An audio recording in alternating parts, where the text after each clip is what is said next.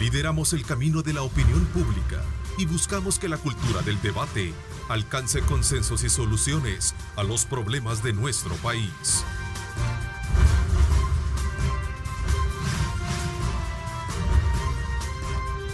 Diálogo con Ernesto López. ¿Qué tal? ¿Cómo están? Qué placer enorme saludarles. Como siempre, gracias por sintonizarnos a esta hora de la mañana, 6:31. Bienvenidos a Diálogo con Ernesto López. Estamos desde luego desde muy tempranas horas, como siempre, cumpliendo con nuestra labor de mantenerlos informados. Bienvenidos a esta hora y media en la que vamos a hacer análisis pertinentes sobre los temas importantes del país y que giran alrededor de la emergencia del COVID-19.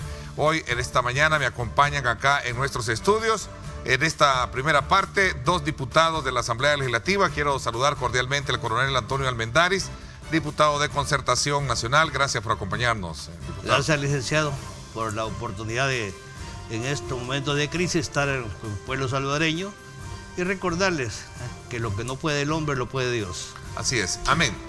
Vamos a ver, Juan José Martel también, de Cambio Democrático. Muchísimas gracias, Juan José, por acompañarnos acá en el programa. Gracias, Ernesto. Es un gusto estar acá de nuevo contigo y un saludo también al coronel Almendaris, a la orden para que conversemos. Bueno, sí, en efecto, son muchos los temas que vamos a aprovechar a hablarlos, y más aún cuando hemos tenido ya ciertas decisiones de parte del Ejecutivo para vetar algunos decretos que habían sido aprobados por la Asamblea Legislativa. Pero antes vámonos precisamente a conocer lo que toda la mañana les damos a conocer, les mostramos a ustedes, que es precisamente cuál es el estado de las condiciones del COVID-19. 237 casos tenemos ya, desde luego. Eso significa que seguimos manteniendo el nivel 237 casos confirmados, seguimos manteniendo ese nivel de contención, gracias a Dios, pese a que también tenemos nuevos casos, ¿verdad? En ese caso, 167 casos activos, 7 lo mantenemos. Es duro decirlo, bajo, gracias a Dios, pero son 7 casos y lástima por la pérdida de ellos. Casos recuperados 63, ¿verdad? Así es que así está la situación, 120 locales e importados también. Ahí tenemos también esta última actualización y quisiera mostrarles un poco el tema de la estadística, que creo que es importante. Estamos muy lejos de donde quisiéramos llegar, decía el presidente de la República, pero hemos logrado aplanar la curva de contagios como pocos lo hubieran creído. Pero ahora la labor más grande está en ti. Si queremos que esta cuarentena termine lo más pronto posible, tenemos que respetarla todos. Ahí está, da la impresión que tenemos un control bastante aceptable, ¿verdad? Si lo comparamos con otros países, con otras naciones. Veamos, ahí está la contención que se tiene de acuerdo a las proyecciones que en su momento se tenían previstas. Eso es lo que tenemos, es decir, parece que tenemos una curva, la curva, y tenemos ya un indicador plano dentro de esta estadística. Son cruciales estas próximas 2 semanas que tenemos. De mantenerse esta tendencia, pues prácticamente nosotros estaríamos teniendo buenos resultados, ¿cierto?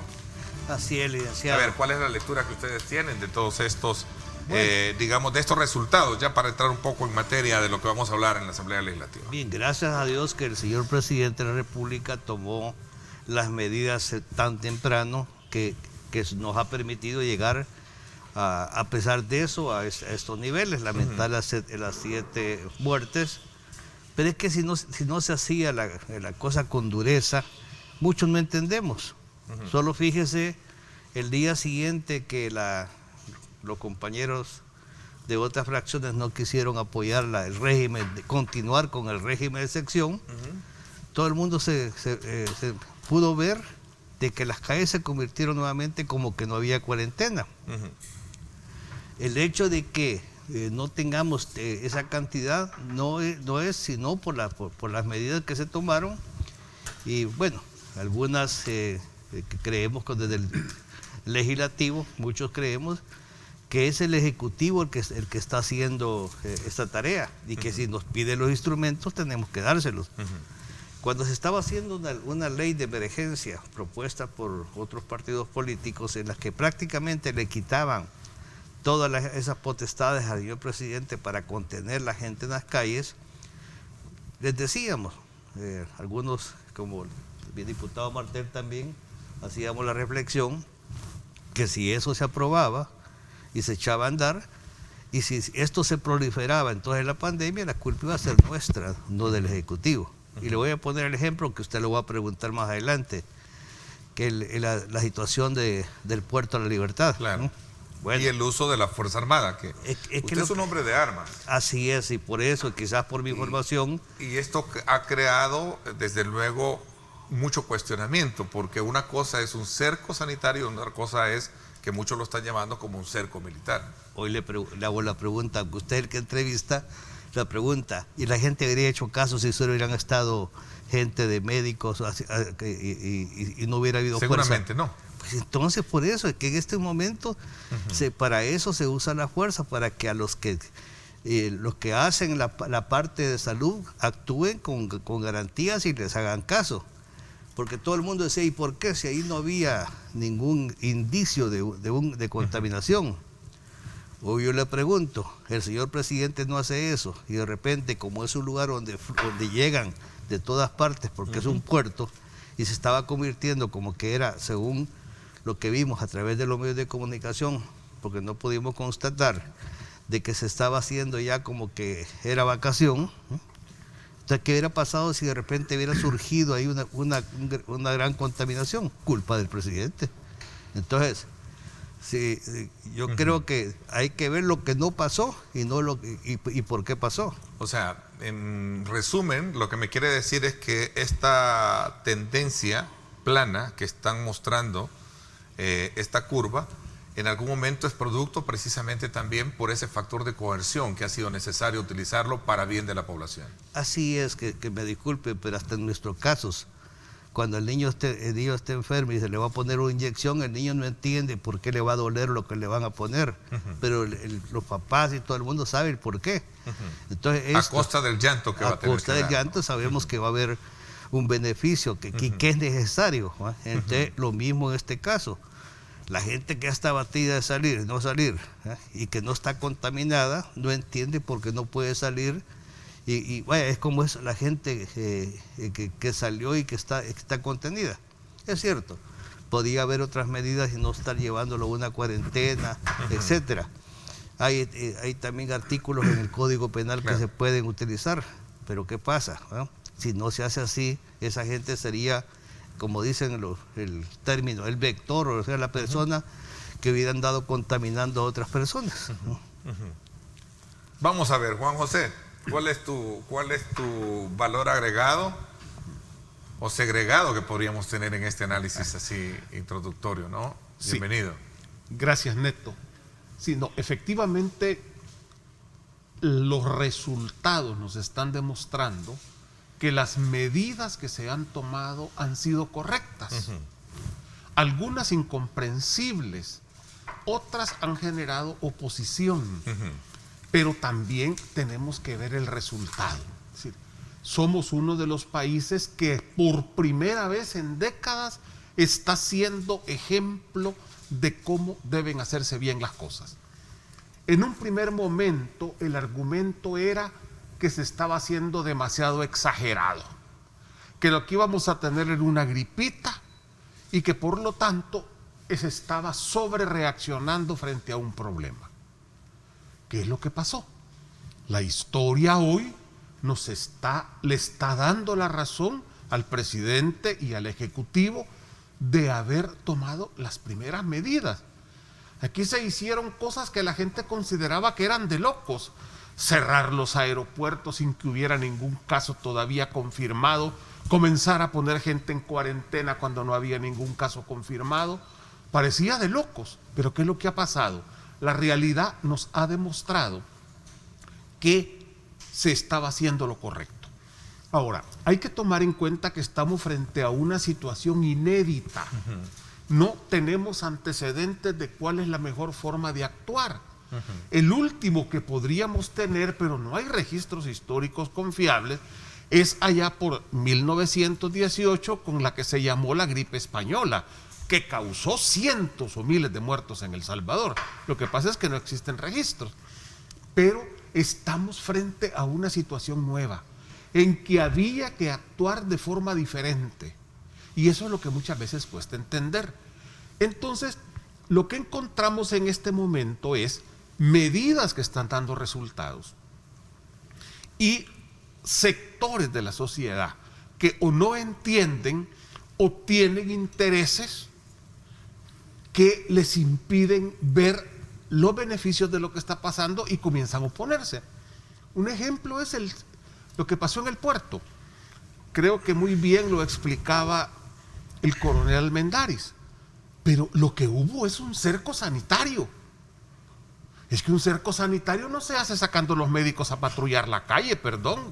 No se hace sacando a las enfermeras. Ellos tienen que estar en los hospitales en la primera línea.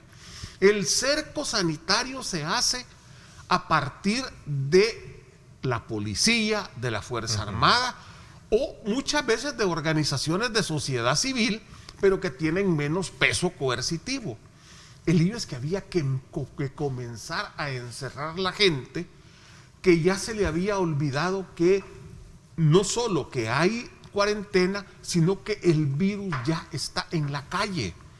Es que cuando uno ve las cifras que tú presentabas, Neto, muy bueno y muy bueno eso de presentarlo, ya hoy todos los casos son contaminación local. Ya no es alguien que... No, hoy ya es contaminación local. ¿Qué significa? Que anda en la calle gente con el virus, que ya lo tenemos aquí. Sí, hemos superado. Así es. Entonces, el contagio local eso, es superior a lo importado. Se tenía que enfrentar. ¿Y cuáles fueron los argumentos? Que se iba a morir de hambre la gente, ¿y cuántos se murieron de hambre en las 48 horas de cerco sanitario en el Puerto de la Libertad? ¿Cuántos enfermos fallecieron porque no pudieron ser atendidos? ¿Cuántos no se contaminaron? ¿Cuántos? Así es. El punto es lo que dice muy bien el coronel Almendaris. Mirámoslo por cuántos no se contaminaron.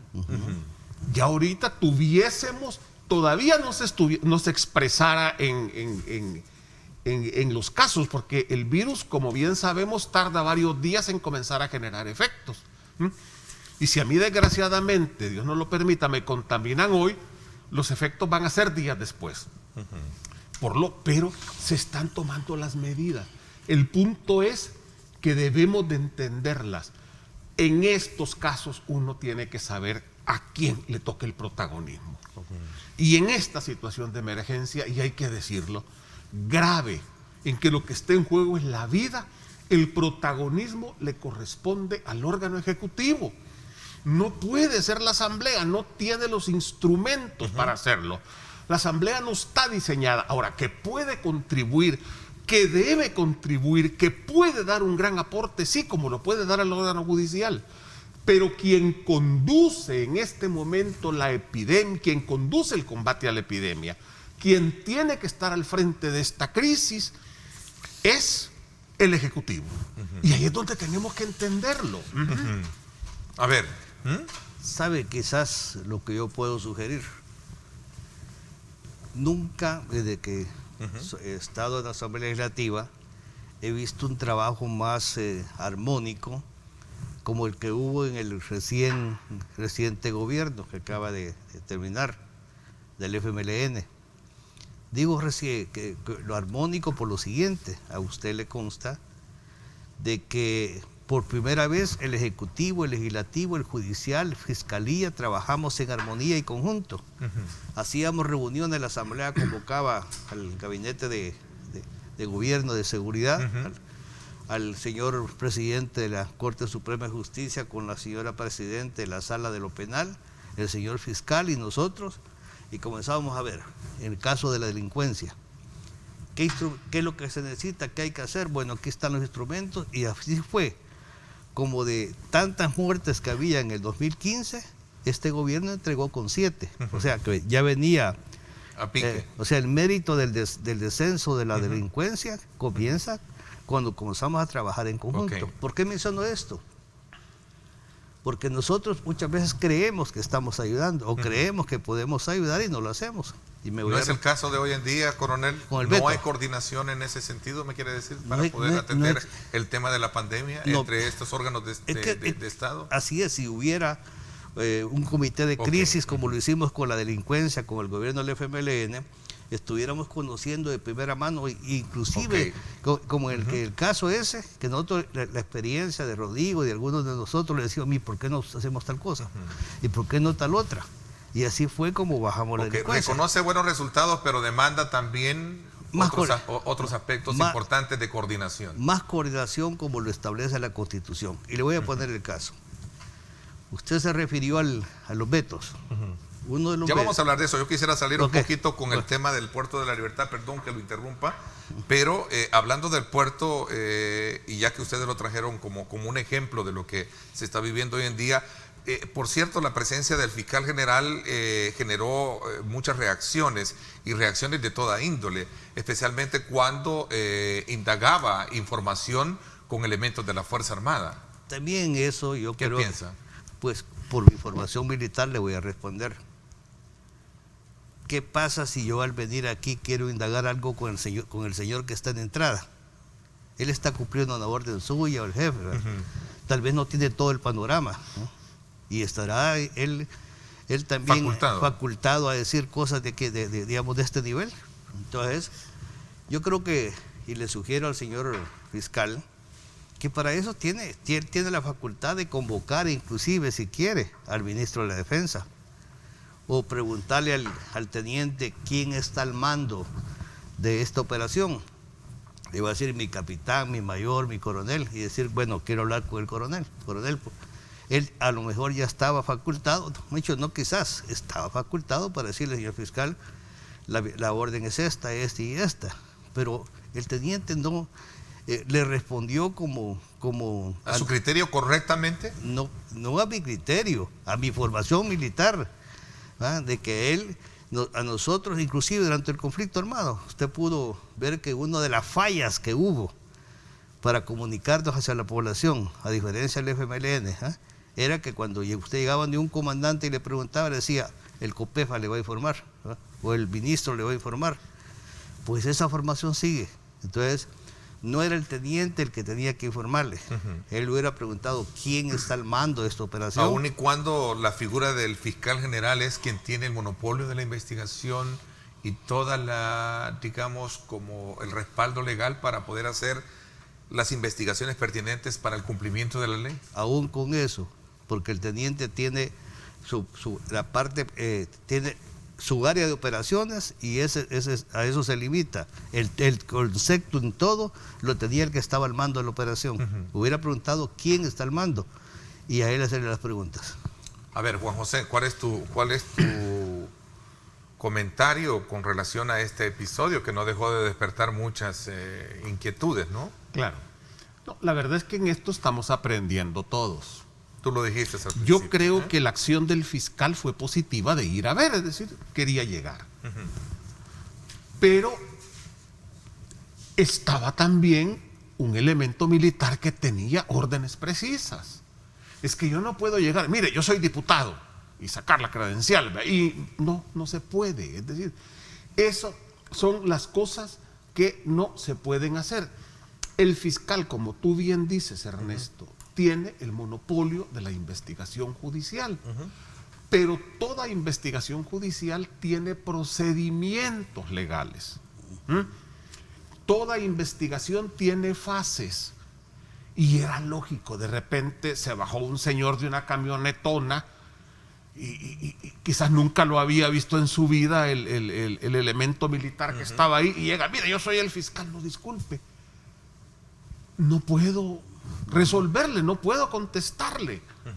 Es obvio. Ahora, si el fiscal a mí me llama a sede fiscal y con los procedimientos adecuados me hace las preguntas, ahí sí estamos frente a una situación distinta. Ahora, ¿que tuvo la culpa el fiscal? No. ¿Que tuvo la culpa el elemento militar? Tampoco. Creo que todos estamos aprendiendo.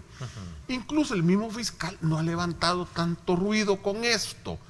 Lo que pasa es que como hay grupos interesados en que cada error se magnifica y los buenos resultados se minimizan, entonces muchas veces este tipo de situaciones adquieren dimensiones que no son las que deberían de tener. A tu criterio debería de haber una mejor organización, una mejor coordinación, comunicación, como en su momento hace hincapié el coronel Armendáriz. Efectivamente, en estas crisis se necesita la coordinación y la armonía en el trabajo de todos los entes estatales. No, yo lo que veo es una vieja dinámica de polarización que impide que haya un verdadero diálogo. Es decir, mira, el ministro, yo estoy en la Comisión de Hacienda. El ministro de Hacienda, si ha llegado 20 veces desde que estamos en la crisis, es poco. Ayer estuvo hasta en la comisión ad hoc para ver el tema de pensiones. Están llegando. Hay interés, ¿eh? Pero ¿qué es lo que se magnifica? Cuando el otro no quiso ir. Y hubo que entonces hasta hacerle un antejuicio porque no quiso ir. Pero todas las veces que llega el fiscal, que llega el ministro de Hacienda, ¿y quién es el del dinero? El ministro de Hacienda, por el amor de Dios. Muchas de las decisiones estratégicas que se están tomando pasan por el filtro Comisión de Hacienda, Ministerio de Hacienda. La comunicación, uno por ratos la siente tensa. Y yo quiero hablar con franqueza. No es por el lado del ministro. Es que si alguien es muy profesional, muy serio para explicar las cosas y muy frío, es el ministro de Hacienda. Pero todo el mundo dice a buscar la arista. Yo estoy seguro de que no se le hacían tantas preguntas a funcionarios del anterior gobierno frente a situaciones bastante similares. Entonces, para que haya diálogo, necesitamos que haya clima, necesitamos que haya contexto que facilite la coordinación entre las instituciones. Y creo que eso es lo que nos ha faltado. Venimos de una dinámica de confrontar desde antes que el presidente tomara posesión. ¿Sientes un clima de confrontación que no abona en nada? Hoy en día estamos más confrontados. Entonces todos hablamos, fíjate, que esto está cambiando el mundo, que las cosas están cambiando, pero seguimos haciendo lo mismo. No nos damos cuenta que si el mundo está cambiando, tenemos nosotros que comenzar por cambiar esas actitudes. Y seguimos con los mismos métodos de siempre. Interesante, buen punto. Regresamos, ¿sí? Por eso yo hago alusión al caso de cómo combatimos la delincuencia. Y digo, ¿cómo combatimos? Porque estuvimos legislativo, ejecutivo, judicial y ministerio público. Lo mismo podíamos hacer contra esto que es más que un delincuente. Y qué bien que dijo que usted de que en esto no había experiencia. Y le voy a poner un caso. Lo dijo Juan José, de que lo que ves la falta de experiencia, porque nos ha encontrado a todos bastante, sorprendidos. Es que para esta pandemia nadie estaba preparado. Porque le voy a poner el ejemplo, en el 2001 tuvimos 2 terremotos, y me cuenta un amigo de los empresarios que llamó el presidente de la República de aquel entonces, que dice, fíjate que estábamos sentados, me dijo, y no hallábamos qué hacer. Y de repente le dijimos a un coronel que estaba ahí, mire coronel, ¿y usted cree que puede hacerse cargo de esto? Inmediatamente se hicieron cargo y comenzó a funcionar. ¿Por qué? En el comando de doctrina nuestro existen los juegos de guerra. Los juegos de guerra no se llama así de esa forma porque se hace en base a varias hipótesis. Y dentro de una de las hipótesis es si sucede un desastre natural en el país. ¿Qué hizo ese coronel? Irse al Estado Mayor, pedir los planes que se habían diseñado en una hipótesis de un desastre, actualizar, se llamaba Neptuno ese plan, o Plutón, no recuerdo, lo actualizaron a la situación que estaba viviendo, actualizar y comenzaron a actuar. Pero de esta pandemia nadie se le imaginó ni la magnitud ni cosas parecidas. Por eso es que cada gobernante está actuando de acuerdo a su criterio y a la gente que lo asesora. Y eso es aplausible en el presidente de la República. Que no es que se calcó o como hizo fulano o como ya había pasado, no, que se están inventando. Hoy, a estas alturas, ya se vio lo que está dando resultado y lo que no, y así se está actuando. Hay una voz justiciera que escuchamos que en todo caso la Asamblea Legislativa está estropeando precisamente el trabajo del Ejecutivo. ¿Comparten ustedes? No, yo creo que no, y por eso es que por eso es que yo recomiendo esa coordinación. Y le voy a poner un ejemplo, y no sé si vamos a tocar, habría que tomar para ese caso lo de los vetos. Claro, por supuesto, vamos a cerrar este ciclo, regresamos a la pausa y entramos con el tema de los vetos, pero quiero dejarlo concluir un poco sobre el tema sobre eso. De la percepción que tiene la población sobre la obstrucción que en su momento se tiene dentro de la Asamblea Legislativa, ¿no? Es que muchas veces uno cree que puede aportar, pero lo que quiere aportar no es lo que necesita el otro. Algunos, como nosotros, y digo también el diputado Martel, yo soy del que todavía estoy insistiendo que reflexionemos y volvamos a dar el régimen de excepción. De restricciones le llamaron, pero ese es el régimen de excepción. Porque, licenciado, usted salga a la calle ahorita, ya se mira como que no hubiera cuarentena. Entonces la gente ha visto que está contenida más o menos la pandemia. Entonces ya se siente tranquilo. Y en lo más peligroso, en el momento en que creemos que esto ya fue controlado, y eso es donde se puede expandir, ¿no? Entonces, pero si hubiera mayor coordinación, hay un dicho que dice que más ayuda el que no estorba. Pero, y cuando veamos lo del decreto, es nosotros que tenemos familiares, no, pero sí muchas personas que nos han llamado, que ya no pueden ni subsistir allá afuera. Gente que había ido a Estados Unidos. Bueno, hay un médico que es de Huayúa, que fueron a una convención con 8 médicos, están en Perú y ya no tienen ni qué comer ni cómo alojarse y cómo pueden hacer para regresar. Y como somos representantes del pueblo, dimos este decreto, que lógicamente lo vamos a analizar con usted. Bueno, voy a hacer una pausa. Gracias por estar con nosotros. Son las 6:58. Gracias por sintonizarnos. Aprovecho también, como siempre, invitarlos en directo con Ernesto López Radio, el debate político semanal, este día, 6 de la tarde. Como siempre, nuestro acostumbrado panel, Julio Valdivieso, Marvin Aguilar y también Ronald Umaña. 6 de la tarde, un análisis sobre los temas que gravitan en nuestro país. No se lo pierda por 107.7 Fuego, estación del Grupo Radial Megavisión, y también estamos en Facebook, transmitiendo en vivo desde nuestra cabina. Vamos a la pausa y regresamos.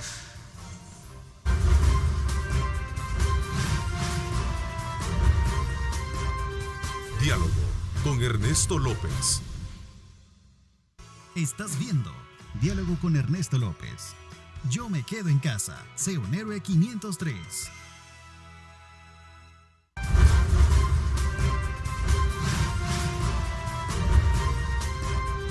Diálogo con Ernesto López.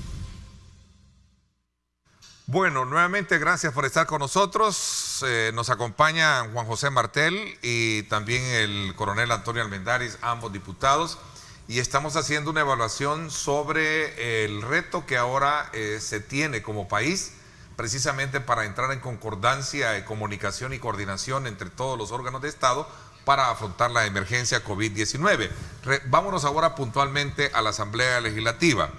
¿Cuál es la, postura de ustedes que representan a sus partidos políticos frente a la decisión del presidente Bukele de vetar los decretos 620 y 621 relacionados con las disposiciones relativas al trabajo de los profesionales de salud y médicos, entre ellos un contrato, ¿cómo se le llama? Por cuestiones de salud, seguro de vida, y también el relacionado con disposiciones para regular el retorno de salvadoreños que están varados en el extranjero? Vamos a ver. ¿Sí me permite? ¿Existen condiciones para superar el voto, estos vetos, como se está diciendo hoy en día? Pues podría entre FMLN y Arena haber 56 votos, pero no se trata de confrontar en este momento, no que repito, regresar a esa coordinación que más directa que debe haber ejecutivo y legislativo. Nosotros en esa, media aritmética entre lo que a los que representamos y el Ejecutivo quisimos ayudar con un decreto transitorio para el retorno de los salvadoreños, que escuché yo que eso ponía en peligro la mayor contaminación de personas que venían de otros países que tenían mayores problemas que los nuestros. Pero es que en el mismo decreto, el decreto decía así, es bien corto: el gobierno de la República facilitará el retorno de las personas salvadoreñas independientemente de su condición migratoria y que al momento de la declaratoria de emergencia causada por COVID-19 se encontraban fuera del país y debido al cierre de las fronteras por dicha declaración no pudieron retornar. Pero ¿qué cuidado tuvimos? Entre las cosas de lo que decíamos era permitir el ingreso sea vía aérea, terrestre o marítima. Y escúcheme esto: este retorno será de acuerdo a un protocolo de atención y protección que elaborará el Ministerio de Salud y, óigate, y a la capacidad instalada que tenga el país con respecto a la disponibilidad de centros de cuarentena para alojar a estas personas. Entonces no estábamos diciendo abran los puertos, abran aeropuertos y las fronteras terrestres para que entre cualquier persona de cualquier forma. No, sabemos también que uno de los éxitos que se ha tenido, que no tengamos la proliferación de este virus, es que el cierre de las fronteras.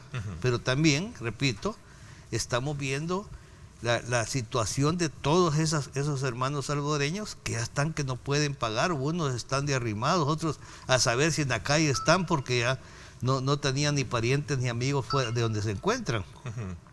Y entonces, en el otro, en el que sí hay para nosotros un error, que es nosotros no podemos dar decretos erogando fondos del Estado sin antes consultar con el ministro de Hacienda o definir la fuente de dónde van a salir los recursos. Yo creo que en ese sí hay error. En este, sinceramente, pues creímos que era congruente y atinente a la situación que estamos viviendo. A ver, Juan José, Claro, mira, ¿cuál es tu precisión en esto? Porque se trata de alguna manera de reconocer la labor de los médicos desde el punto de vista de dotarlos de todos los instrumentos o herramientas necesarias, como también de un seguro de vida. claro, mira, nuevamente, esto es expresión de la dinámica de conflicto que hay entre la Asamblea Legislativa y el órgano ejecutivo. Eso es expresión del conflicto, que se expresa de manera formal en una decisión que toma la Asamblea y en un veto que da el órgano ejecutivo. En lo formal, si nos vamos a lo formal, ¿qué va a pasar? La Asamblea legisló, el presidente vetó por inconstitucionalidad, la Asamblea podría tener los votos para superar el veto y esto se va para la Corte Suprema de Justicia que dirime. Eso es lo formal. Pero en lo real, el conflicto continúa si no se le entra al fondo. ¿Cuál es el problema? Yo creo que uno no puede tomar decisiones que parecen buenas, pero que en la práctica se vuelven ineficientes. Creo que es algo que nos está pasando similar en el tema de pensiones, que ya ilusionaron a la gente con que puede recibir dinero de las pensiones y el día de ayer se nos ha demostrado por qué eso no se puede y de hacerse se va a hacer en una forma muy limitada. Pero ya generamos la expectativa. Okay. Igual acá. ¿Es un derecho constitucional de los salvadoreños retornar a su país? Sí. Hay una situación gravísima ya de nuestros hermanos salvadoreños en el exterior que se vuelve insostenible. Sí. Pero ¿cuál es la realidad?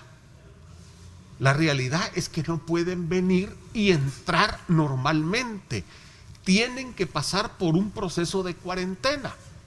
De acuerdo. Y entonces, ¿qué es lo que pasa? En primer lugar, el gobierno norteamericano nos está deportando cantidades enormes de salvadoreños, que simplemente los manda y tienen que abrirse el aeropuerto para que aterricen esos aviones. No se les puede mandar de regreso. Decisión del señor Trump. Toda esa gente puede entrar. No, llega al país y tiene que pasar a los centros de contención, a los centros de cuarentena. Entonces comenzamos a llenar los centros de cuarentena.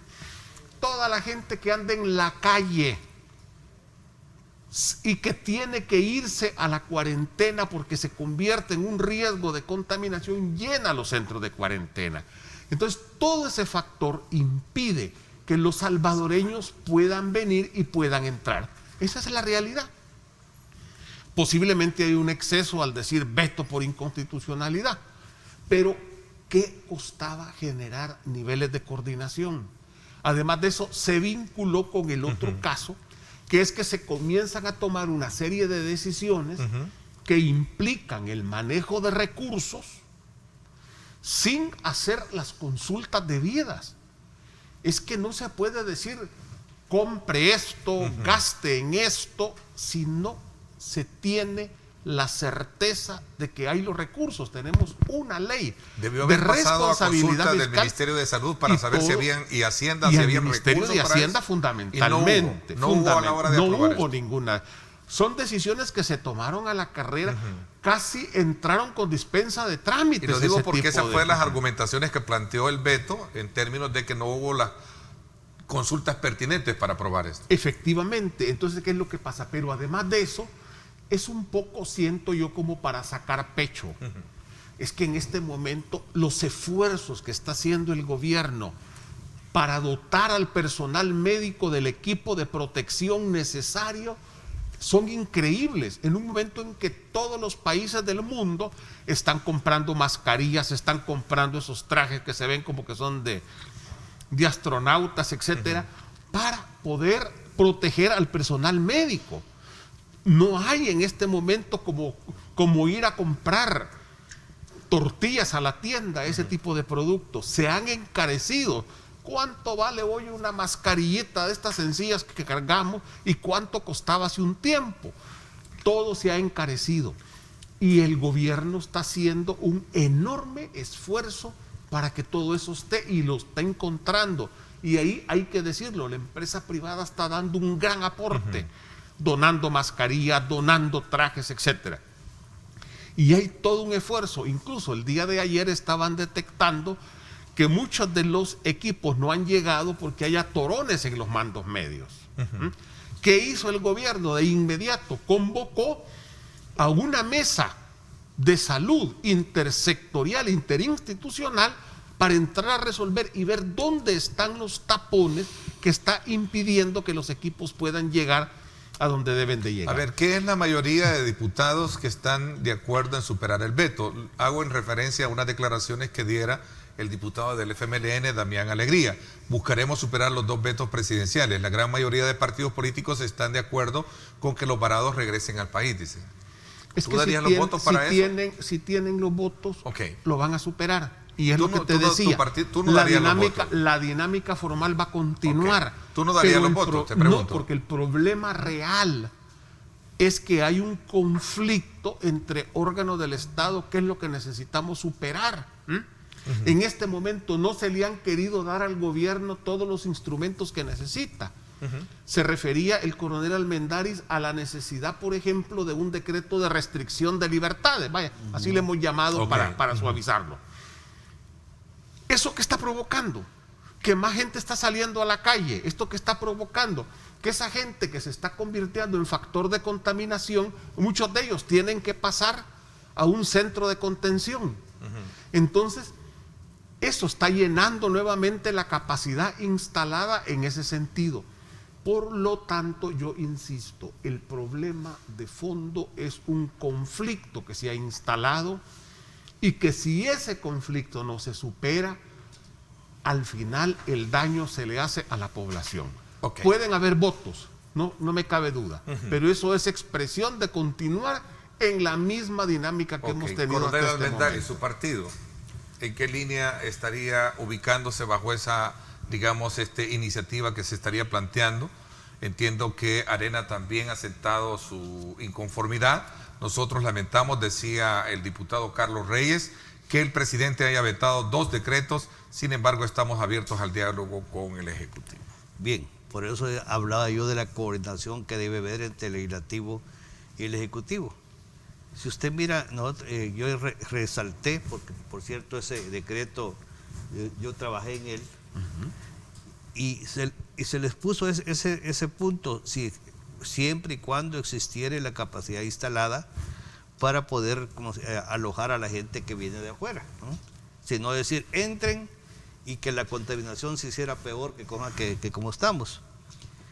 Pero después que nos comenzaron a decir que están viniendo una cantidad de gente deportadas, y la gente que está saliendo de la cuarentena, que son 100, que son, bueno, han sido como ciento y ficho más o menos los que han salido, pero han venido 400, 500 deportados de Estados Unidos. Y entonces los espacios que pudieron haber quedado para que esta gente que se encuentre afuera pudiera llegar a estos centros de cuarentena, está siendo ocupado por los deportados. Entonces, dígame, licenciado, ¿en dónde vamos a atender a la gente que entre, ¿cómo se llama? ¿A qué centros de contención? Es uno de los argumentos que ha planteado el Ejecutivo para decir a dónde se van a meter. Si son alrededor de 3.000 o 4.000, creo que son los que están fuera. Estamos hablando de 4.000, en todo caso, pues si fueran términos porcentuales, 3.000 que fueran, ¿a dónde en qué lugar se van a tener? Es más de la capacidad nacional instalada. Así es, entonces aunque nosotros, yo le digo, tengo esos personas de Huayúa y otra gente más que están afuera y que están en situación difícil, mejor quizás le pediríamos al gobierno que les ayudara ya a través de los consulados, hacerle llegar, así como le dieron los 300 dólares a esta gente, hacerle llegar algunas ayudas para que puedan paliar su situación. Pero no podemos obligar a decirle, ok, superemos el veto. Imagínense que la Sala de lo Constitucional dijera, sí procede, y si abre la frontera, ¿qué pasaría entonces?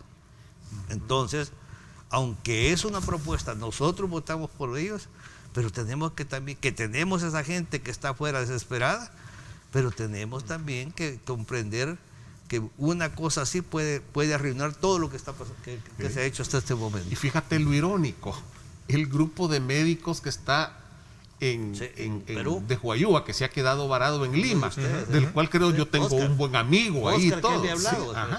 Y entonces, pero imagínate lo irónico de que son médicos, personal de salud que pudiéramos estar necesitando en El Salvador. El mismo centro de así es, y no es posible ahorita. Pero como bien dice el coronel, creo que si se hubiese dialogado más, hubiésemos llegado a la conclusión de buscar un mecanismo de apoyo a los salvadoreños que están afuera.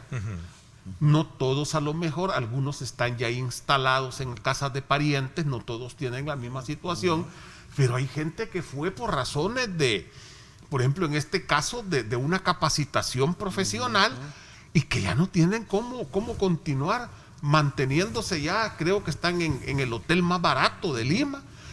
Y ya se les está acabando el recurso. Ya no tienen. Así es. Y en ese sentido, la situación es delicada. Creo que en esos casos se tienen que buscar mecanismos de apoyo. Entonces, pero nuevamente, con diálogo estas cosas se pudieran resolver, con acuerdos se pudieran resolver y no hacer de esto un conflicto. Porque resulta que ahora el problema es entre los que generosamente quieren que los hermanos salvadoreños regresen al Salvador y se junten con su familia y los que se oponen. Esa es una falsa disyuntiva. A eso es a lo que nos está llevando el nivel de confrontación que tenemos, a falsas disyuntivas que no resuelven el problema, que lo agravan y que lo único que generan son percepciones distorsionadas de la realidad y de los fenómenos que se están dando. A ver, sumado a estos dos decretos también está el decreto 619 que habla precisamente sobre las empresas de alimentos y bebidas. Ese es otro elemento también que no deja de preocupar muchísimo, especialmente cuando escuchamos pronunciamientos de sectores empresariales que están pidiendo que se abra de alguna manera, utilizando protocolos sanitarios, el tema de la economía en el país, el tema de las empresas. ¿Cuál es el pulso que tienen ustedes en torno a esta demanda y este reclamo que está haciendo el sector privado? Bien, cuando propusimos en el Pleno de que se volviese a prorrogar el decreto de emergencia, fue también ante una promesa que nos hizo, los representantes del Ejecutivo nos hicieron, que esta semana nos iban a hacer llegar una serie de decretos para, digamos, normar ¿cómo se llama?, el buen funcionamiento de estas empresas. ¿Por qué? Tenemos el caso específico de lo que es las boquitas, que nos decían de que ellos podían funcionar, y como varias empresas, guardando las medidas de seguridad, ya sea de distanciamiento, trabajando la mitad del personal, o bueno, lo que ellos dispusieran, o que el Ministerio de Salud llegase y podría decir, así pueden funcionar, lo hiciesen. ¿Por qué?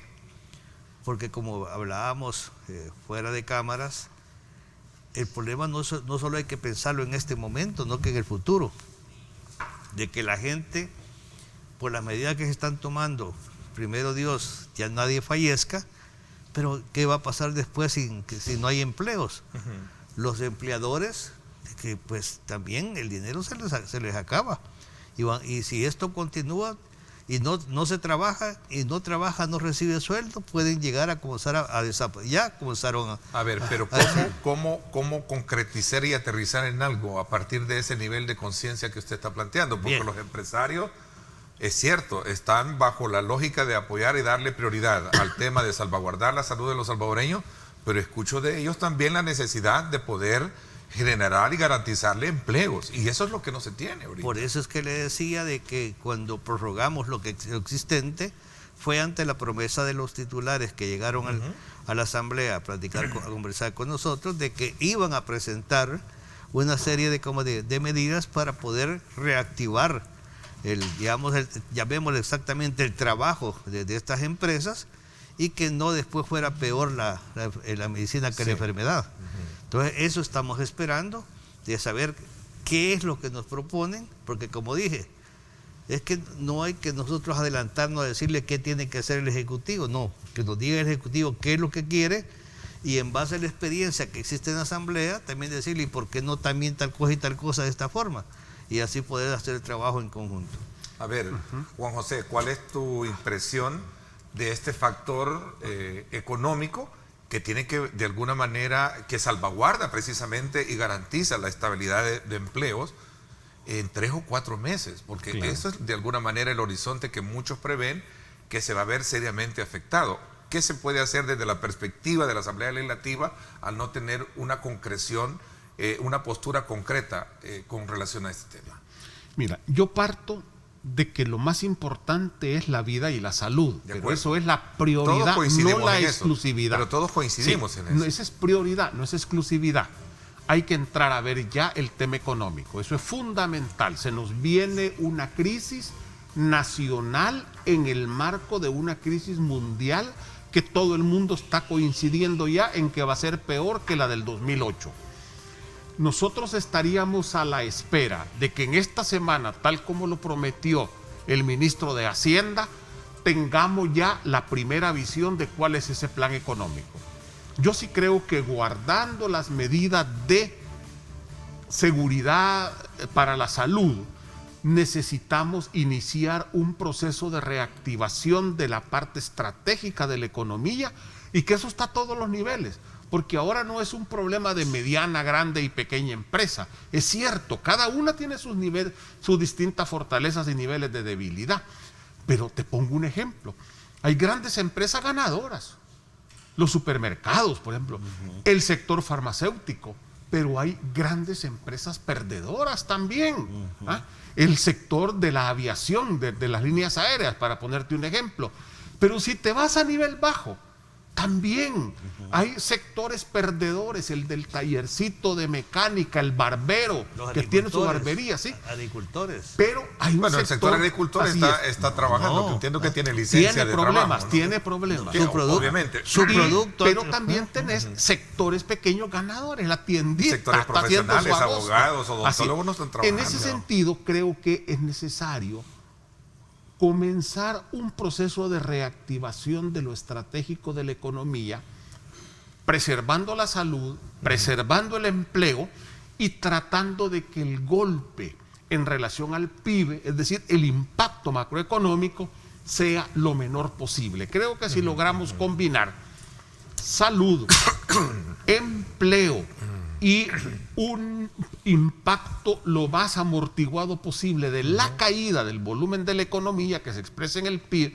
estaríamos teniendo un excelente resultado. Estamos a la espera, señor ministro de Hacienda, se comprometió y creo que ese puede ser un buen paso para iniciar dinámicas distintas que necesitamos en este momento. Hago énfasis en este tema porque sé que muchos empresarios nos están viendo en este momento y lo que están esperando es precisamente una voz esperanzadora. ¿Y quién mejor que la Asamblea Legislativa si es que el Ejecutivo en este momento todavía no tiene ese plan como tal? Bien, pero hemos estado insistiendo, porque como lo acabo de mencionar, nosotros también somos representantes del pueblo y de entre esos pueblos están toda esta pequeña, mediana y gran empresa. Y también preocupados porque no hay que ver solamente el momento que estamos viviendo, no que el futuro también. Y creemos, no creemos, estamos seguros que con las medidas, así como están trabajando otras empresas que se decía que solo para la pandemia, pues si lo pueden hacer ellos, ¿por qué no lo pueden hacer los otros? ¿No? Hay mucha gente que dice, yo hasta no aguanto otra quincena más y tengo que hacer despidos. Pero también el ministro de Trabajo está diciendo que no se puede despedir, ¿con qué le va a pagar? No, también hay que ser conscientes, ¿verdad? Y entonces, insisto, hagamos la coordinación como nos manda no solo la Constitución, como Dios nos ha mandado hacer a lo que nos ha puesto en estos lugares. Hay quienes están en algún momento midiendo los alcances o el impacto que tiene precisamente la enfermedad como tal, y de hecho científicamente se ha demostrado que la tasa de mortalidad es bastante baja y ahí están los resultados en comparación de lo que podría ser morirse de hambre, decía alguien recientemente en una entrevista, ¿verdad? A raíz de no tener empleo. Y usted dice morirse de hambre. ¿Y qué pasa cuando una persona no va a encontrar trabajo, no tiene que comer? ¿Qué puede pasar? Imagínense los aspectos psicológicos que pueden pasar de eso. Entonces, frente a eso es que yo quiero cerrar este capítulo de participación, porque en la segunda parte voy a conversar con Rodrigo Ávila y Orlando Cabrera Candray sobre este tema relacionado también, la segunda parte de estos vetos y la postura de la fracción de Arena frente a esta decisión del Ejecutivo del veto como tal. Por eso quiero cerrar este ciclo, es decir, qué nivel de conciencia existe en la Asamblea Legislativa y los partidos políticos para poder, así como han apoyado el tema de la emergencia, también ver el tema de la emergencia económica que debe de existir a la par. No, yo diría, manera de conclusión. Yo diría, la Asamblea como tal muy difícilmente puede tener una posición unificada, salvo en temas muy generales. Hay distintas fracciones, distintas formas de pensamiento, es la característica de la Asamblea. Pero yo creo que todos estamos a la expectativa de que se presente pronto ese plan económico que obviamente va a tener que contener elementos de salvataje, eso es importante. Como tú decías, hay gente que ya no tiene para pagar, entonces necesitan un factor salvataje, creo que va a haber que ponerlo, estamos pendientes. Y creo que el reto más importante es comenzar a invertir esa dinámica de confrontación que tenemos por una dinámica de coordinación, de diálogo, de cooperación entre órganos del Estado. Creo que eso es lo fundamental. Y decirle finalmente a la ciudadanía, usted tiene que colaborar. Quédese en casa, por el amor de Dios, quédese en casa. Guarde distancia, la distancia social hay que guardarla, ¿verdad? Así es que por eso es que nosotros no estamos invitando más allá de lo normal, de lo que tenemos, y no es así. Hasta los viernes te separas. Sí, hasta los viernes nos hemos separado. Tú que ya sabes bien ese tema. Sí. Coronel Almendari, gracias por haberme acompañado. Al contrario, un placer. Les agradezco y bendiciones. Muchísimo. También a ti, Juan José, les agradezco. A la orden, Neto, es un gusto. Como muy agradecido estoy con toda nuestra audiencia que nos premia precisamente con el ejercicio de la interacción a través de las redes sociales. Muchísimas gracias. Vámonos a la pausa. Regreso a conocer otro planteamiento. Vamos a verlo desde el ángulo de Arena. Nos acompañarán dos diputados con quienes vamos a hablar precisamente también de estos temas en amplitud de la postura que tienen ellos como fracción. 7:27, gracias por estar con nosotros.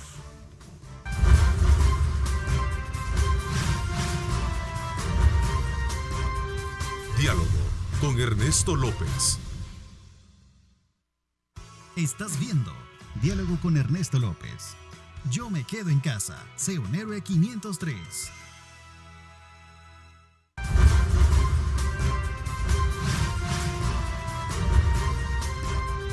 Diálogo con Ernesto López. Gracias nuevamente por estar con nosotros. Conversábamos con quienes se iban y con quienes entramos precisamente sobre los cambios que va a experimentar el mundo a raíz de toda esta emergencia. Y es que realmente el mundo va a cambiar y por consecuencia nosotros como seres humanos también vamos a tener que cambiar muchos aspectos, muchos comportamientos, muchas formas de estilo de vida que en algún momento va a tener que llevarnos a eso. Así es que vamos a aprovechar precisamente montarnos en ese cambio para poder ser mejores personas, estar más cerca de Dios y hacer la voluntad precisamente que Él nos ha encomendado como siempre a través de nuestro Señor Jesucristo. Quiero darle la más cordial bienvenida al doctor Orlando Cabrera Candray. Muchísimas gracias por acompañarnos. Bienvenido. Muchas gracias por la invitación y a sus órdenes. Teníamos también la presencia de Rodrigo Ávila, pero me dicen que no vendrá. Bueno, pero vamos a aprovechar entonces desde la perspectiva de usted también como médico, conocer la interpretación que tiene con relación a estos acontecimientos que están girando alrededor de la emergencia. En términos generales, ¿cuál es su valoración para luego entrar a lo específico en cuanto a la decisión del Ejecutivo de vetar, en este caso, 2 decretos o los decretos, entre ellos uno dedicado al sector salud, específicamente relacionado con la implementación de medidas para apoyar el trabajo que ellos están desarrollando en esta emergencia y también un seguro de vida? Pero bueno, antes de llegar a eso, ¿cuál es su valoración? Mire, en términos generales, la humanidad una vez más está siendo azotada por una epidemia. Es pandemia porque es una epidemia que se va por varios países y regiones del mundo. Y esto, como ya se ha dicho tantas veces por televisión y radio, esto no es primera vez que le pasa a la humanidad. En este contexto, actualmente el mundo comenzó a ser golpeado desde China y se ha regado por todas partes el COVID-19, la enfermedad COVID-19. Y vemos que hay un foco muy importante ya en América, en Estados Unidos, en Nueva York, en Sudamérica, pero el enfoque técnico, el enfoque médico que cada nación lo enfrenta va teniendo algunas diferencias. Usted ve, por ejemplo, que en Brasil yo he estado observando por televisión manifestaciones por gente que quiere ir a trabajar contra la cuarentena.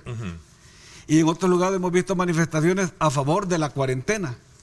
Hemos visto gobernantes que se ponen más laxos en cuanto al tema de la cuarentena obligatoria y otros que se ponen más estrictos. Entonces, son las diferentes visiones. Y ahí es donde el papel de la Organización Mundial de la Salud es crucial, porque tiene que haber preparado a los ministerios de salud, secretarías de salud o el establishment de salud mundial para las epidemias, no para esta, sino que para cualquier otra que tendría que haber aparecido. Y en eso yo creo que no ha sido muy afortunada la Organización Mundial de la Salud. Sin embargo, ha hecho un esfuerzo muy importante, se le reconoce, porque francamente perfectas no son las cosas. Aquí en El Salvador no ha sido diferente. Aquí estamos viviendo un cuadro aparentemente que hasta el momento camina epidemiológicamente bien, pero que tiene otras dimensiones que la gente comienza a preguntarse: la dimensión económica, la dimensión alimentaria, la dimensión social, la dimensión política, la dimensión de la democracia, la dimensión de los derechos humanos. Entonces, el tema es que la salud es todo. Usted sabe que yo lo he repetido muchas veces en su canal y tengo aproximadamente unos 25 a 30 años de venirlo repitiendo en mi larga ya extensa carrera médica, de que la sociedad salvadoreña ha sido deficiente en manejar sus sistemas de salud. Y en este momento la pandemia nos agarra con un sistema de salud frágil, pero siempre ha estado frágil. Entonces nos dicen: es que si no hacemos esto nos va a sobrepasar. Si siempre ha estado sobrepasado. Si no, cuénteme usted los enfermos de cáncer en el Hospital Rosales o el Seguro Social, cuénteme. Claro. De los pacientes con hipertensión, sobrepasado siempre ha estado. ¿Por qué?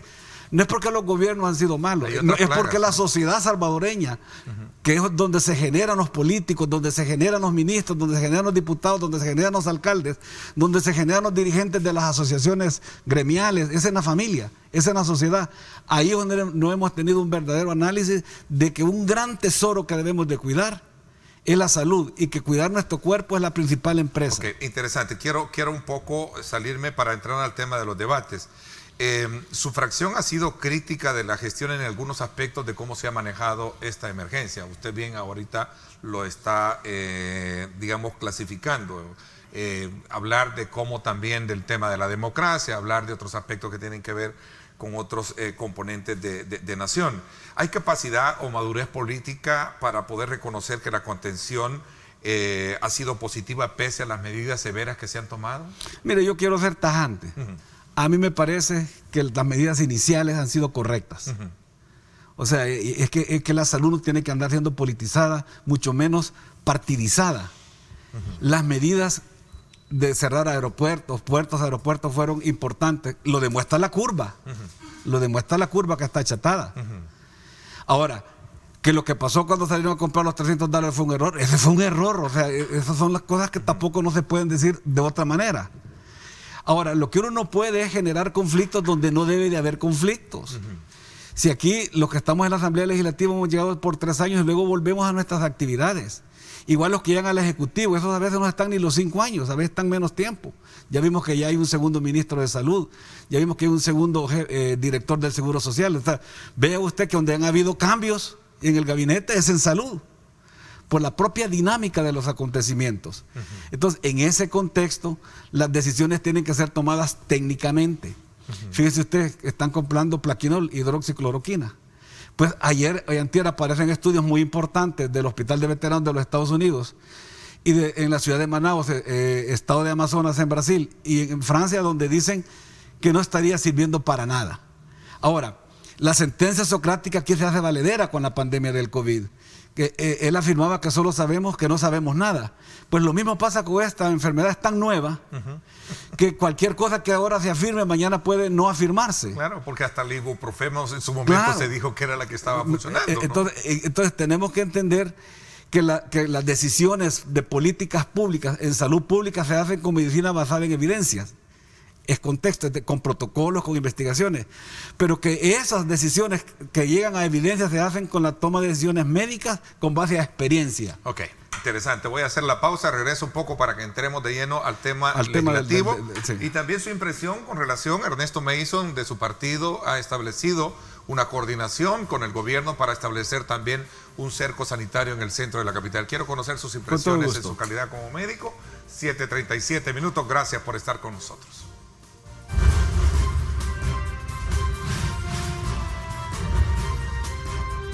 Diálogo con Ernesto López.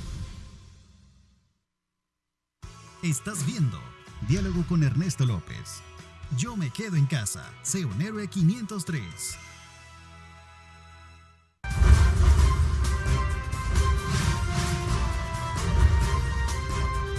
Diálogo con Ernesto López. Hablando de buena coordinación y de establecer parámetros que vayan de alguna manera a paliar el tema del crecimiento de contagios en nuestro país, Ernesto Mason, alcalde de San Salvador, incluso aprobó su consejo un cerco sanitario coordinado con las autoridades de gobierno. Mire, la palabra cerco puede ser utilizada. A mí me gusta más la palabra de cordón. Aunque okay. se utiliza como sinónimo. Aquí a los salvadoreños, en cuanto nos entendemos mejor, está la palabra sanitizar, que no es sanitizar, sino higienizar. Correcto. Entonces, pero al final ambos se entienden. Mire, los cordones sanitarios son medidas epidemiológicas correctas que deben de ser tomadas cuando decisiones técnicas dicen que se va a disminuir el contacto, que se ha descubierto un brote o que se quiere parar la expansión o la difusión de una enfermedad. Entonces, un cerco epidemiológico, como le dicen, o un cordón epidemiológico no puede restringir totalmente la movilidad ni el tránsito, pero sí debe administrar, sí debe adecuar, porque si no lo permite en alguna manera, eso no es un cordón, se vuelve ya un cerco. Entonces, aquí lo que ha pasado es que cuando usted ve a las Fuerzas Armadas regadas alrededor donde se ha puesto el cerco epidemiológico, fuertemente armados, da la impresión que es un toque de queda y que se impone una ley marcial, y eso no es posible, porque el enemigo que estamos combatiendo es un enemigo invisible. Aquí lo que debe de haber son cordones sanitarios. Yo creo que la decisión que ha tomado el alcalde Mason, sustentada sustentada en términos epidemiológicos es correcta, pero debe darle seguimiento y después dar respuesta epidemiológica a lo que está haciendo. Entonces, sus médicos epidemiólogos, que entiendo yo que tiene, deben de decir, después de que termine este cordón epidemiológico, cuáles fueron las ventajas, cuáles fueron las desventajas, cuáles son las amenazas que fueron controladas y cuáles son las oportunidades que surgen.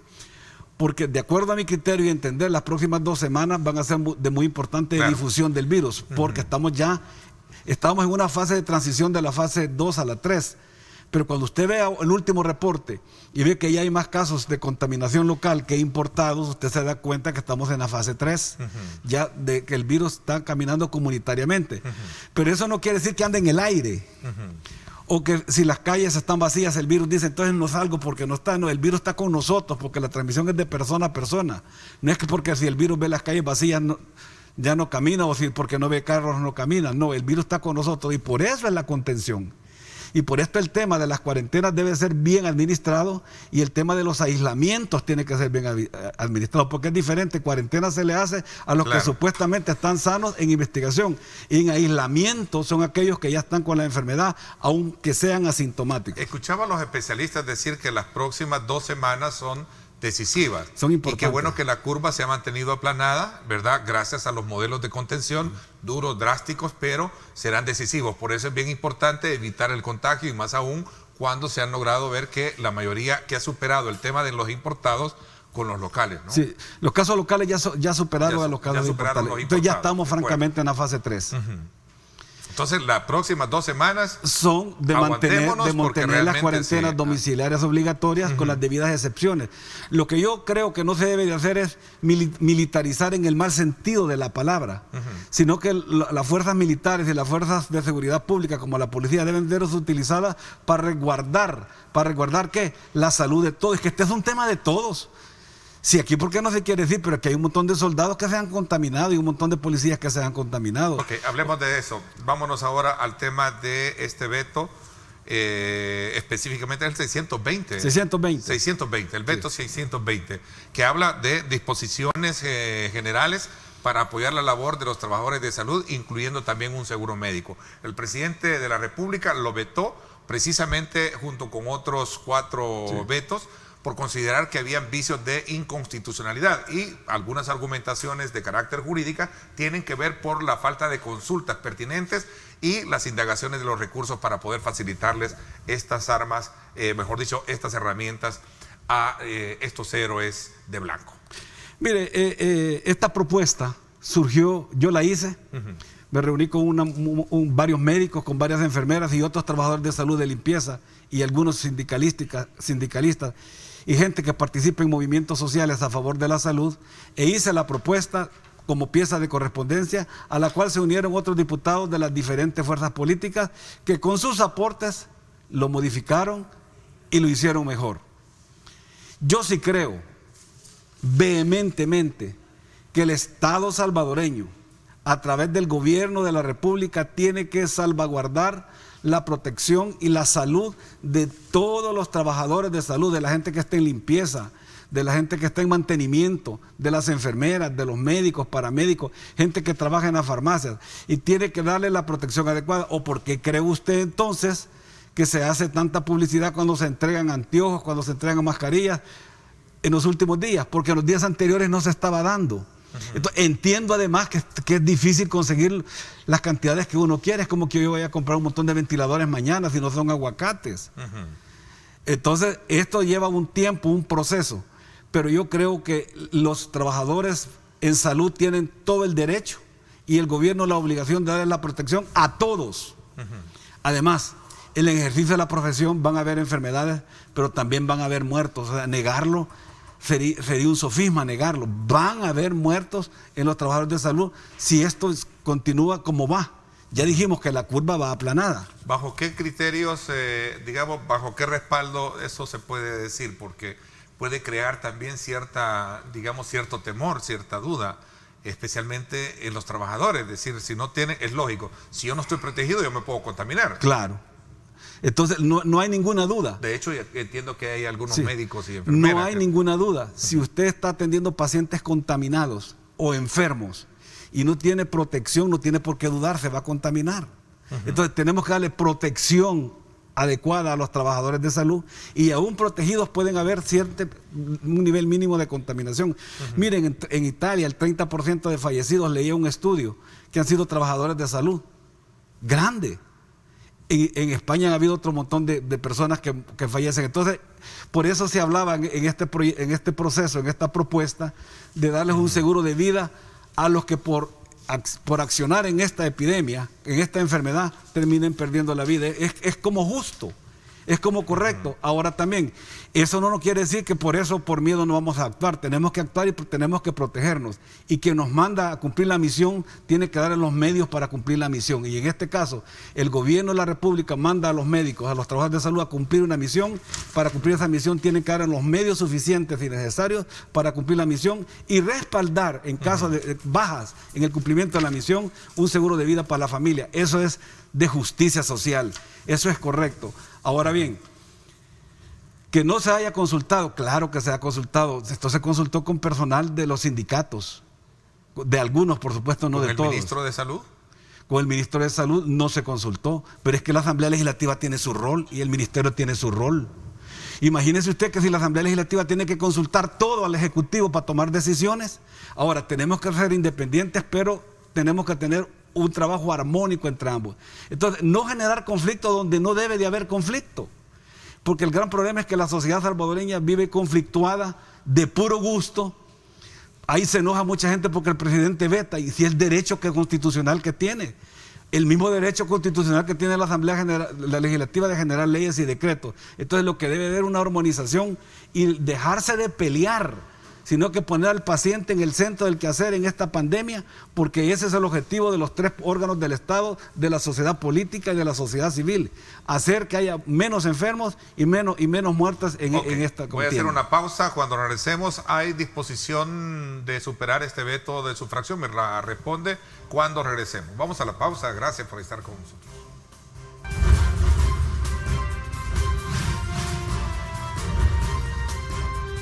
Diálogo con Ernesto López. El futuro es imaginar, es pensar en grande. Prepárate hoy. Estudia en la UFG y amplía tus oportunidades. UFG, tecnología, innovación y calidad. Bueno, gracias nuevamente por estar con nosotros. Continuamos ya en estos últimos minutos conversando con el doctor Orlando Candray. Doctor, me decía que nos iba a hacer hincapié sobre un tema de los cordones sí, mire, sanitarios. Yo opino que los cordones sanitarios son la herramienta legal y legítima para que la economía gradualmente vaya entrando en funcionamiento. Porque si los cordones de seguridad son bien hechos, con disciplina sanitaria, y comienza a circular y haber movilidad de lo que exactamente debe de haber, y existe distanciamiento social, la economía puede comenzar a funcionar. Doctor, ¿hay condiciones para superar este veto, el 620, que está relacionado con el tema de los trabajadores de salud y también el seguro médico? Mire, más allá que yo haya hecho esta gestión, esta propuesta, yo creo que en este momento existen condiciones objetivas y concretas para superarlo, pero lo más importante, existen condiciones subjetivas de conciencia para superarlo. Entonces, hay que discutirlo, pues. Esto, una vez más, no es que irse a pelear con nadie. Si ese es un derecho presidencial, el veto, como derecho a la Asamblea Legislativa es superarlo, pero no por caprichitos, no por pleitos, sino porque se ve el interés nacional. Entonces, esto hay que reverlo, hay que discutirlo nuevamente y tratar, si existen las condiciones, como le digo, objetivas, francas y subjetivas de conciencia, buscar superarlo para que dirima la Corte Suprema de Justicia la constitucionalidad o inconstitucionalidad del mismo. Lo que no podemos perder de vista y de brújula de propósito, que lo que estamos es protegiendo a todos los trabajadores de salud. Y porque vuelvo y repito, si el Estado le da una misión a los trabajadores de salud de enfrentar el enemigo invisible, que es el COVID-19, tiene que darle las condiciones suficientes y necesarias para el cumplimiento de la misión. Ahora, el otro que tiene que ver con los salvadoreños varados en el extranjero, que es otro de los temas también por los cuales el presidente vetó otro decreto. Mire, no hay duda que cualquier salvadoreño tiene derecho a ingresar en cualquier momento al país. Ahora, en el contexto de esta emergencia, entonces tiene que ser bien planificado. Tiene que haber una segmentación de cómo se va a regresar las personas. por vulnerabilidad, por edad, por si está positivo, por si está negativo. El gran problema es los centros de cuarentena, a dónde se van a llevar, porque son aproximadamente 4,000. O sea, hay conciencia a nivel legislativo de que sí es un problema traerse los 4,000 para saber dónde se van a poner. Una vez más, vuelvo y digo lo mismo, condiciones concretas y subjetivas de conciencia. Okay. Se sabe que eso debe discutirse porque a dónde se van a llevar. Entonces, claro, cuando a mí me dicen de dónde hay dinero, recuérdese que de los 2,000 millones, cierta parte va para las alcaldías, y la parte que queda, una parte va para la emergencia sanitaria y otra parte para la reactivación económica. De ese dinero que va para la emergencia sanitaria, hay que agarrar dinero para montar mejores centros de cuarentena. Y ahí puede traerse a esta gente, pero gradualmente. Ok, interesante. Voy a aprovechar y correr en los minutos. El régimen de excepción no se aprobó, obviamente. No está aprobado y no se necesita, lo demuestra. Lo demuestra hoy en día. Los hechos. El tema de toque de queda, por cierto, el fiscal general acaba de decir de que ninguno, ni el ejecutivo, nadie, ni mucho menos los alcaldes, pueden imponer toque de queda porque no existe un estado de excepción aprobado. Y es simple, no puede haber toque de queda, ni ley marcial. Es simple. Si el enemigo es invisible, entonces aquí las fuerzas de seguridad y policiales, con los médicos tenemos que estar combatiendo al enemigo invisible. A ver, y no es con sus cercos militares. Sus antecesores, es decir, los diputados que estaban anteriores decían, sí, pero a veces el elemento coercitivo es mucho más garante de que se cumplan ese tipo de medidas y no necesariamente cuando venga un médico, ¿no? Sí, pero es que la coerción a balazos en este país llevó a una guerra civil. Aquí es la coerción a través de la educación sanitaria y la obligación sanitaria de cumplir la cuarentena. Comunicación, información, que toda la sociedad participe en explicar qué es lo que está pasando para que se vuelva colaboradora. ¿Cómo hacer? Dicen acá, usted que es médico, pregunta, y unos odontólogos no están trabajando. Sí. Ejemplo. Bueno, por el propio riesgo profesional Quizás aquí voy a entrar un poco también en ese otro factor que abordaba con sus colegas anteriormente, que es el tema de la economía, ¿no? Cómo de alguna manera también en la propuesta que ustedes llevaban en la Asamblea Legislativa tenía ciertos, toques de esa naturaleza y al final terminó aprobándose lo que ya estaba. ¿Qué pasó? Sí. Mire, habíamos construido un documento entre varias fuerzas políticas. Pero en el momento que una de ellas ya no participa, no se tienen los votos suficientes para aprobar el nuevo documento de emergencia nacional. Pero yo sigo creyendo que los cordones de seguridad bien administrados epidemiológicamente abren la posibilidad urgente de abrir el trabajo productivo del país. Ahora bien, el tema de la agricultura, este es tiempo de preparar tierras. El tema de la ganadería. Bueno, pero ellos sí tienen, los agricultores sí tienen una especie de autorización para trabajar, sí, eso no es parado. No necesita inclusive que lo autoricen. Lo que sucede es que cuando hay un despliegue de fuerza y esta gente no logra entender, paran a los campesinos o a los agricultores y no los dejan trabajar. Con uno que hagan y se riegue por las redes sociales, eso genera miedo, temor. Hay alcaldes que están cometiendo errores en ese sentido, porque también los municipios es donde se ve más eso, ¿no? Pues yo creo que hay alcaldes que han mandado a parar a campesinos en su movilidad y su tránsito y que para mí que cometen delito. Porque no puede impedir, no hay toque de queda, no hay ley marcial. El enemigo no necesita esas herramientas.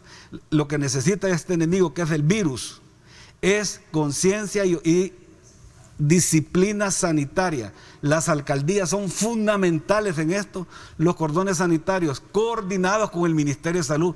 Es que aquí el tema es que cada alcaldía no es un reino, tiene que coordinar con el Ministerio de Salud. El Ministerio de Salud es el ente rector de la salud del pueblo salvadoreño. Y así dice la ley que hace poco entró en vigencia, el 18 de noviembre, el Sistema Nacional Integrado de Salud, que el Ministerio de Salud es el ente rector, además del principal proveedor de los servicios de salud, y que está administrando muchas veces los albergues con protección civil. Entonces, esto hay que hacerlo bien. Educación, comunicación. José me escribe un gran amigo, José me dice, Ernesto, que un montón de odontólogos están trabajando a escondidas, precisamente porque no se ha autorizado esa parte. ¿Y quién responde por ellos? Mire, yo creo que eso hay que reverlo.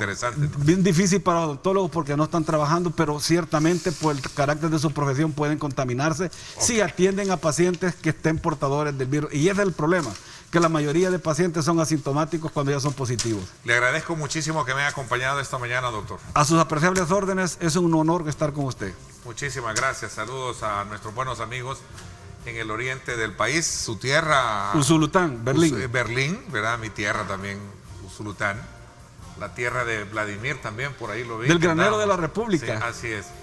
Bueno, gracias a todos ustedes por haberme acompañado. Los espero hoy en radio. Tenemos un debate interesante. Recuerden siempre, bajo la mirada de poder ofertarle a ustedes los diferentes ángulos que están rodeando los temas importantes del país y la necesidad también de que usted tenga todos los insumos pertinentes para construir su propia lectura de estos acontecimientos. Gracias, pásenla bien y como siempre recuerden lo más importante, amar a Dios sobre todas las cosas. Lideramos el camino de la opinión pública y buscamos que la cultura del debate alcance consensos y soluciones a los problemas de nuestro país.